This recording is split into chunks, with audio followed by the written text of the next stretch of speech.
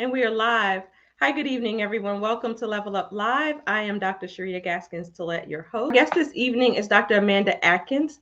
She is a double board certified internal and lifestyle medicine physician, health coach, and owner of Enlightenment Health and Wealth.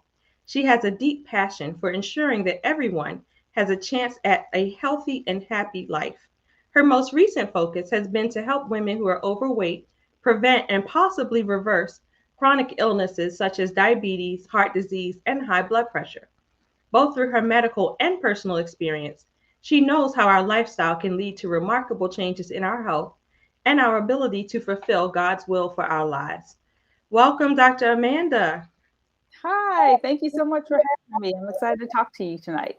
I'm excited to have you. So, I usually like to start by having our guests take us through their journey in medicine. Did you always know you wanted to be a physician? How did you come to choose internal and lifestyle medicine? Take us through that trip. Yes, so it starts way back when I was in sixth grade. So initially, I thought I was going to be a math teacher because I love math. But then in sixth grade, our teacher during health class put down like life size document of the heart. And as we were in class, he made the students flow through the heart like it was the vascular system.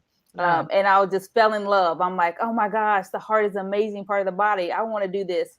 And no one in my family was in medicine, but I was like, okay, this is back before Google. So I went to the library and figured out, what is a heart doctor and what do they do? And I was like, okay, this is what I'm going to do. So I told my parents and they were like, yeah, okay, that's great. That's great. But then I told my grandfather and he was like, okay, well, I have a cardiologist. So let me take you to meet him. So I got to meet him.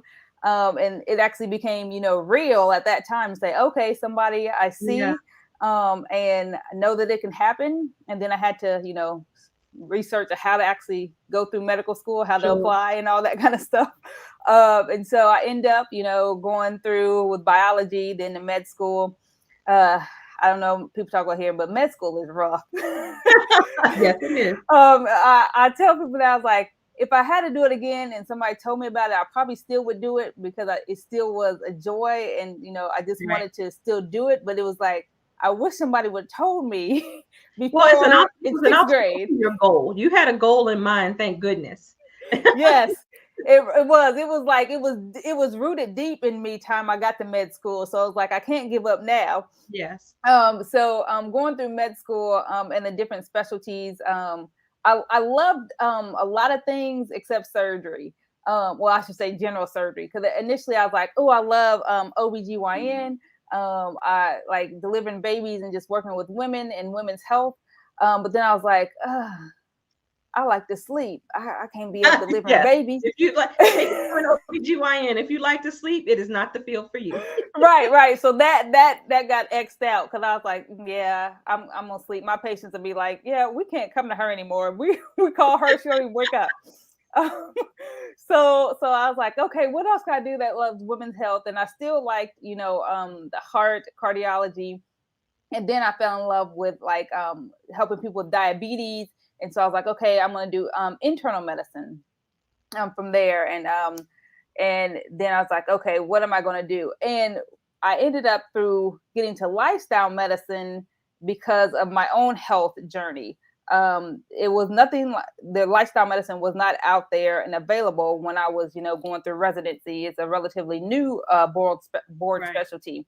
But because myself, I was overweight as a teenager and end up losing weight and then changing my own health, learning about how to eat better, exercise, and having patients ask me, what else can I do besides being on medication? Because for the internists out there, you know that we just write a lot of prescriptions for people that have like high blood pressure, diabetes, high cholesterol, heart disease. And it's just like, we felt like I was just a factory running through people with this, Right. here's a prescription, here's a prescription, here's a prescription.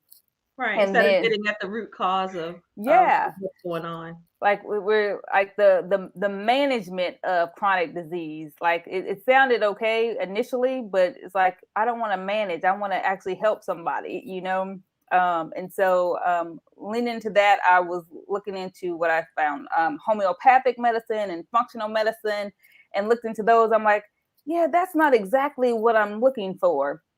And I can't remember who exactly told me the actual words lifestyle medicine. And for some reason, I don't know if it just happened to come up on Google when I was searching up different things. I'm like, oh my gosh, this is a whole specialty. This is what I've been looking for. Like, this is what I want to do.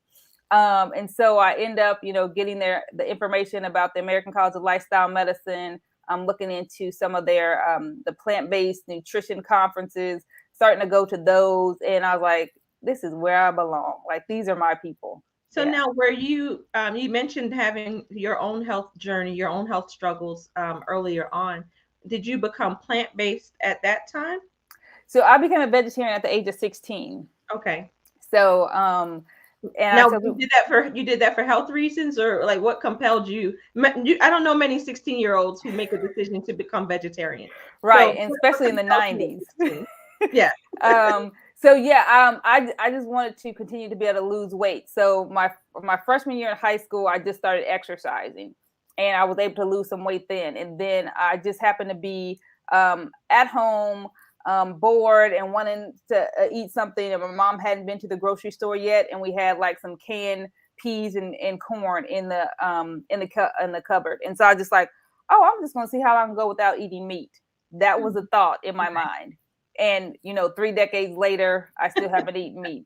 So I just tell people it's just kind of like divine intervention, because my dad delivered meat when we were growing up. So hot dogs, sausage, bacon was like at our disposal, and then all of a sudden they say my 16-year-old says she's not eating this food anymore. What in the world is going on? So yeah.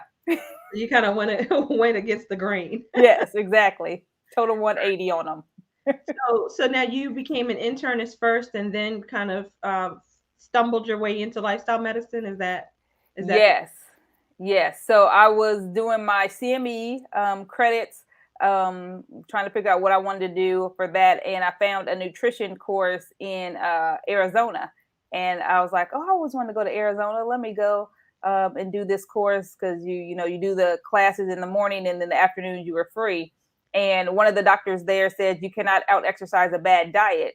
And after hearing him, that's when I switched over. Well, I should say not immediately, but years later, when I was finding out what he was talking about as a good diet, that's when I switched over to plant-based eating. So I was vegetarian all the way into, I would say, like my mid to late 30s, and then went plant-based after that.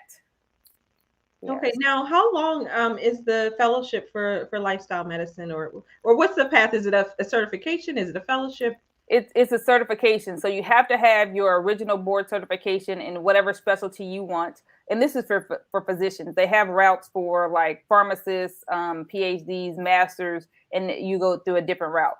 But then you have to do 30 hours of CME credits online. So I did a course with E. Cornell with T. Colin Campbell's course in plant-based nutrition. So you go through that. You have to pass those courses there, and it's basically writing things from what you learned, and then you have to do 10 hours live. So that's any of the conferences that you go to, and then you have to take a I believe it's 150 questions. Yes, it was 150 question certification, board certification, not open book or anything like that, like we're used to now. Yeah. With that, but after you do all that, then you can be certified, and then you have to keep up the certification, just like any of the other ones of your board. So you mentioned that you became plant-based after that experience. How did your practice of medicine change when you integrated the lifestyle piece? Yes. So people started seeking me out because they're like, oh, she doesn't like to prescribe medications. I was like, I don't like to, but I still will. So it was more like people are like, okay, what else can I do? And I love spending time actually focusing on what the patient can change and have them actually take control of their own health, and they're more in charge instead of me just telling them what to do. We kind of decide together, okay, what do you like to eat?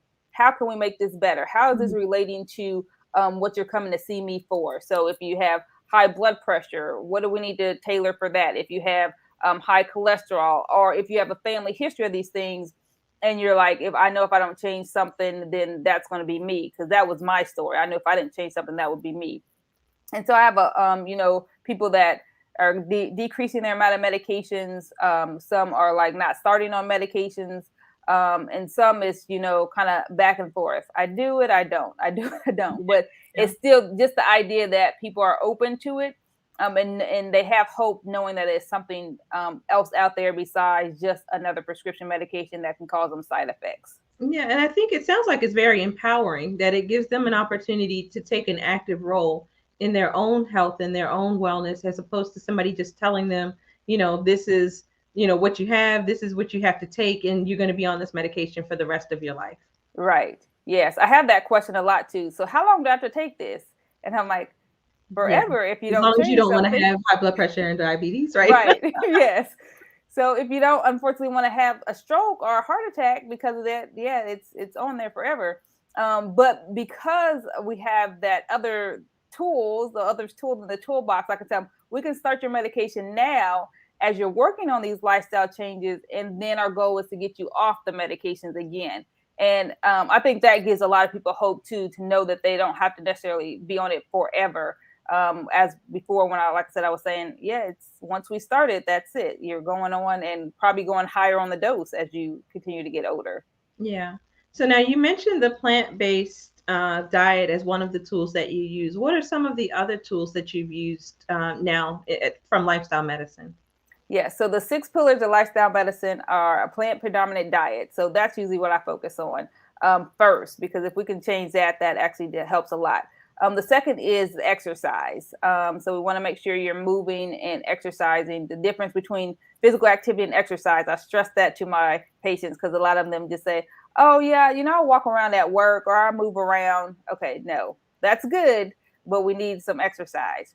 Then we have stress management. And I actually mentioned this over the weekend with another young lady, because she was like, well, my grandparents did all this, but I think I'm just overly stressed. Well, yes, that's definitely a part of, the world we live in. So we have to definitely manage our stress, whether that's through meditation, through yoga, or just walking, without necessarily calling it exercise. That definitely helps. So that a lot of people do that in nature. And then we have sleep.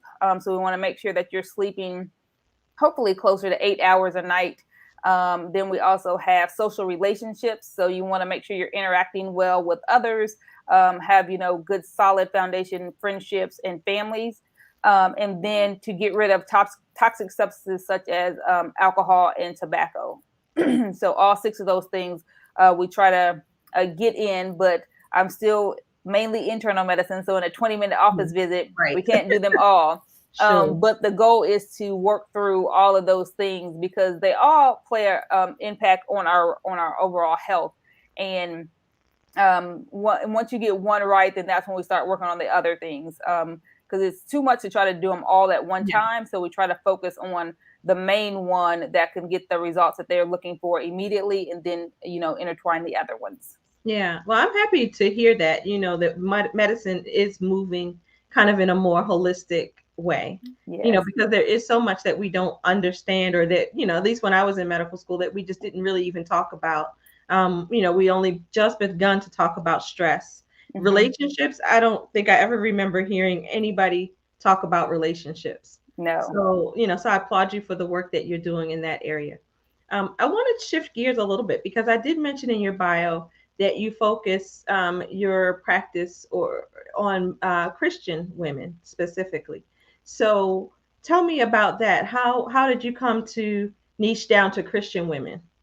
Yes. So I grew up in the church, Baptist, and just growing up, you would see a lot of, especially the ministers that were very sick, overweight, and just not caring for their physical bodies while they were talking to us about spiritual health. And it just, as I was going through med school and just learning myself about how to take care of my own body, and knowing that it is a temple, the Lord just placed upon me that I need to go back and really talk with the Christian community about what they're doing for their physical health to therefore impact their spiritual health. and therefore impact the spiritual community.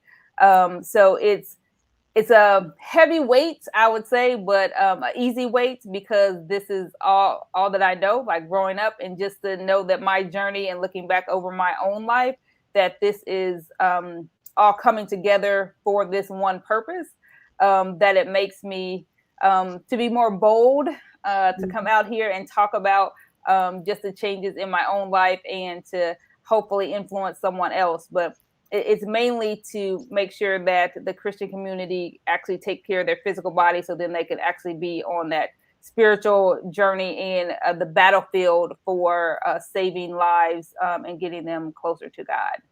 Right. Now, do you find that Christian women, are receptive to your teaching? Yes, they are. I was surprised with it, because initially I kind of shied away from it, and I was talking to them, but not necessarily saying it. I would say so upfront about it. Right. But it always was like a scriptural component in there, to where it's like, why am I talking about this? And what really difference is this going to make for my life? But the overarching theme was initially just physical. But now I'm really trying to hone in on that spiritual journey also, because I think it's going to make a bigger difference for people long term. Because a lot of people are saying, okay, well, how do I stay motivated to continue on this journey of health and wellness? Because it's always a journey. You're never going to arrive. Every time you have to decide, whether or not to exercise, whether or not to eat the donut or not, whether or not to get, overly stressed about something that comes up. I got a letter in the mail, like, oh gosh, now what do I have to do? So all those things impact our health overall. And if you have a deeper conviction of why you're doing it, you're less likely to stay off the path. You're not likely not to veer off, but less likely to stay off the path. Like, we'll, go around and around, but it'll still bring you back to where you want to go. Right. Because at the end of the day, we're mind, body, and spirit. Yeah. And I actually, you may not know this about me. I'm actually married to a pastor. Oh no, I didn't know. Yeah. So I know a little bit about this stuff. Um, Mm-hmm. and actually, when you mentioned about the poor health of the clergy, when I married my husband, I was so surprised about how expensive clergy health insurance is. And it is that expensive because they are a sicker population. Yeah. So, so it is definitely necessary work. But we are mind, body, and spirit. And if we are unhealthy in any one of those areas, we can't be healthy, period. Yes. You can't be healthy, you can't be whole. And so it is important that we address all of them. So I like the way that you are weaving that together, for people. So tell me, how do you do that? So I'm sure you don't necessarily do that in your office. What program are you offering a program? What are are you lecturing? What are you doing to spread the word? Yes. So I do have a program. I work one-on-one with women to actually help them through the journey. It's a 12-week program, to where, again, we start focusing on nutrition. And once they feel like they have a good grasp on that, then that's when we talk about the other 5 pillars of lifestyle medicine. And again, it just kind of depends on where they're struggling or what we go to next. I noticed that a lot of people have especially exercise. A lot of my ladies, they have exercise under control. And so we just need to work on the other 5 things. But sometimes we just have to put that in there. But I also go out and talk with different churches, women's groups, or I think I did a fraternity, sorority combination, a group of people, to just get the word out, to know that they know that there's other things that you can do for your health and wellness. And then I did have a group program that's on hold right now, but that may be coming back later on in the year. Okay. All right. So what kind of changes, what kind of wins have you seen your ladies have? Weight loss is number one. They all like, oh yes, this is great. So I was like, yes. Better sleep, which is always a goal. Decreasing their stress, better mental clarity, decreasing their blood pressure medications, not having to start on diabetes medications. What else? Less joint pains, more energy. It just, like, those are the ones that come to the top of the list. That they're just surprised how good they feel, Mm. because they didn't know how How bad bad they they felt. felt, right?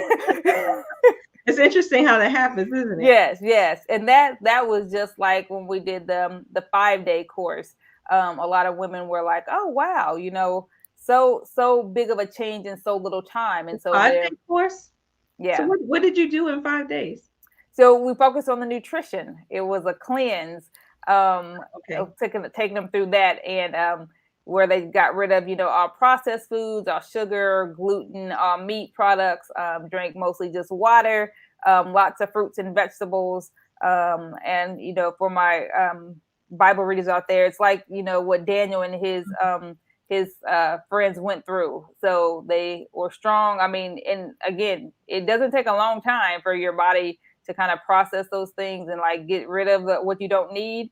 And if you actually get rid of the things you don't need, add in the things that you need, your body is a miraculous thing. I love the human body.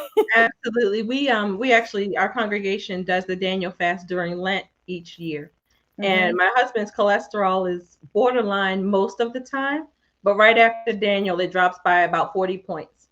So, See, so it's clear what needs to yes, yes, and I just tell people like there's I don't think anywhere in the Bible it says Daniel and his friends went back to eating the king's food. So I try to emphasize that we right. don't go That's back. true.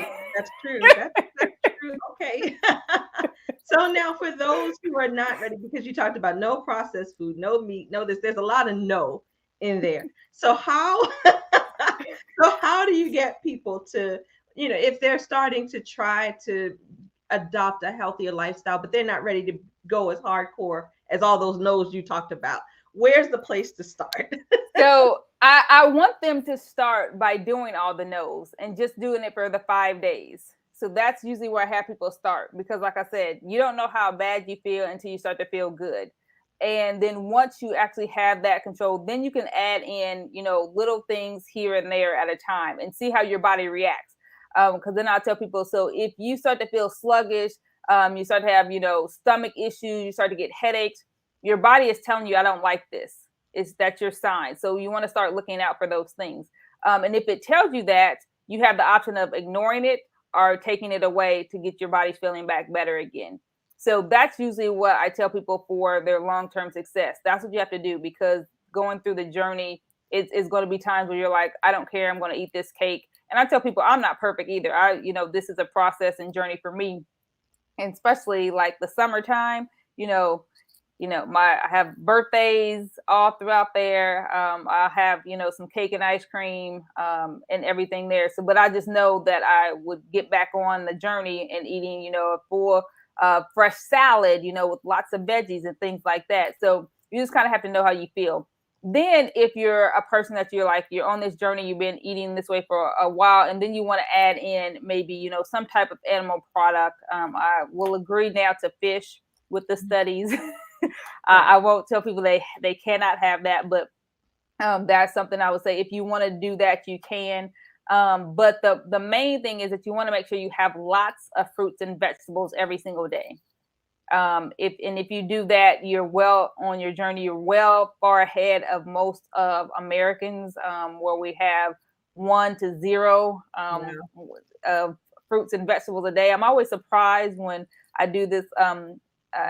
They have a Medicare wellness exam that we do at internal medicine, and they have to fill out this form, talk about nutrition, and ask how many fruits and vegetables do you have, a day or a week, and they have 0, 1 to 2, and a lot of people they pick the 1 to 2, and I'm like, is it 1 to 2 of each or just 1 to 2 total? It's Right. like, oh my goodness. Okay. So most time I said total, so they get none at all. So if we can really focus on that, I tell people add a fruit and vegetable to every single meal.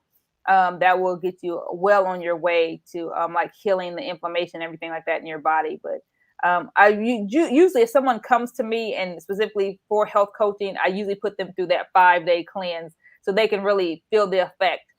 Because in the world we live in, people want to see results now. Yes. And if we do it slowly, you're going to get results slowly. So we want to kind of get that first impact so you can see it. And then after that, we can kind of slowly add things back in, but not go all the way back to what you were before, but add in some of the things that you feel like, especially culturally, things that you grew up with that will not impact your health as much. So now, is your family also plant-based? So my family, meaning my husband and daughter. Yes. so Because you that told me your father sold meat. So yeah. I'm gonna talk about that in a minute. But yes, your family, Okay, we'll come husband and back. So daughter. when we talk about that, my daughter was raised plant-based. She has never had any type of animal-based product at all, unless she got it snuck somewhere by my other family. But I don't feed her that. My husband is vegetarian, so he still does like eggs and milk products. But it's a work in progress for him. He does better. He does better, I could say. Yeah, I think what I was getting at is if you're the only person in the family Oh, who's doing this kind of diet, what are your recommendations? Because again, you mentioned that your father sold meat, so there was probably meat galore, yes. in Yes. your family of origin. So how did you navigate that process? So initially, as a teenager, I just picked the meat out because my mom was like, "We're not making anything extra." So there was still meat in the greens, is what you're Yeah, saying? yeah, it was. But as I got older, my mom adjusted a lot of her recipes to become vegetarian, and now to become more plant-based or vegan. She's a huge supporter of mine, her and my stepfather. I always have to give a shout out to my stepfather and his spaghetti that he makes a vegetarian, or I could say even plant-based because there's no type of animal products in there. And from the time I was 16 and became a vegetarian, I did not know that he made it with meat initially. I always thought it was made that way because he doesn't tell us the recipe. He just says this is his secret stuff. But it was like, oh my gosh. So along the way, my family was helping me, but it just wasn't so obvious until I looked back. So I think if you're the only person that actually decided to eat plant-based initially, that you just have to lead your own charge, and that your family members, if they're really supportive, they will come along with you. Now they may not go 100% of the way, but they'll definitely make sure that you have what you need. So when me and my husband and I first got married, we were both just vegetarian, and then I switched over to being more plant-based. And so he's found restaurants, and we go together, and it's especially here in California, we have a lot of vegan restaurants that we can go to. So I got him eating more of the vegan-based type things than what we were initially eating. So that's why I said that's a journey. But like I said, if you take charge and you say, this is what I want to do for my health, I think a lot of family members will come along for the ride with you. And then if they actually see that you're serious and go long term, I think they'll start to change with you because they'll see how it's impacting your health. Okay, so now I want to switch back to the church for just a minute. Okay. Because you mentioned that you're Baptist. And so if you grew up Baptist, I'm sure you saw like the church meals and all of that. So what are you telling the church folks to, as far as those church meals, how are you suggesting that they modify them to make them healthier for the congregation? Oh, that's a work. That's a work. So I'm letting them know what we do not want to see. So fried foods, we try to really cut that out because it's mostly like fried chicken is always there. Adding in more fruits and vegetables. So salad that doesn't have bacon bits and doesn't have cheese in there will come a long way. So it's not like you have to change every single thing, but you want to make there's some healthier options. And there's easy ways that you can do that. You can use nut-based cheeses instead of dairy-based cheese. If you want to use like a macaroni and cheese, you can use whole grain things. So cook the greens with seasoning that doesn't have ham hocks or turkey legs. One lady, I was at a church this past weekend, and she was like, it took me a while for my mom to make greens without the ham hock in there. And then she was like, oh, it tastes just as good without it. Of course it does. Like our fruits and vegetables have a great natural flavor. We've just been, putting so much fat and salt and sugar on everything that we feel like it doesn't have enough flavor. We need to add more. But if you actually do that little cleanse and cleanse your palate, you'll see that the fruits and vegetables have a lot of natural good flavor to them. You don't have to add a lot to it. Okay. Lots and lots of good information. Mhm. So we are almost out of time. If people are interested in working with you, tell us how they can do that. So you can visit me at my website. It's dramandamd.com. There's a place that you can click to schedule a free 20-minute consult call with me to see if we'll be a good fit to working together as health and wellness coach. Okay. And now you're also in practice, right? Yes. So I am not accepting new patients at this time. Okay. My practice is full. But if you are in the Fairfield, California area, I do have an internal medicine practice there. You can always look me up. We are accepting people onto a wait list. And so what I'll ask you is if someone is looking to up level their health, just generally up level their health, what is the single best thing you would recommend that they do? Eat more fruits and vegetables. That's it. Okay. If they do that, like I said, I think they'll be well on their way. Okay. And that should be 5 to 6 a day, right? At At least minimum. at minimum. Yeah. What do you recommend? I tell people you want like closer to 9 to 12 plant foods. Okay. So Servings of plant food? You're talking about different 12, 9 to 12 servings. Okay. Servings, yes. Because when we have a low bar like the 5 or 6, then people usually do 2 or 3. So if we go to 9 or 12, we may get you to 5 or 6. Yes. so I try to push it a little bit more, so we get a little bit more because we need that fiber. We need that fiber. Yes. Yes. Well, thank you so much. It's been such a pleasure.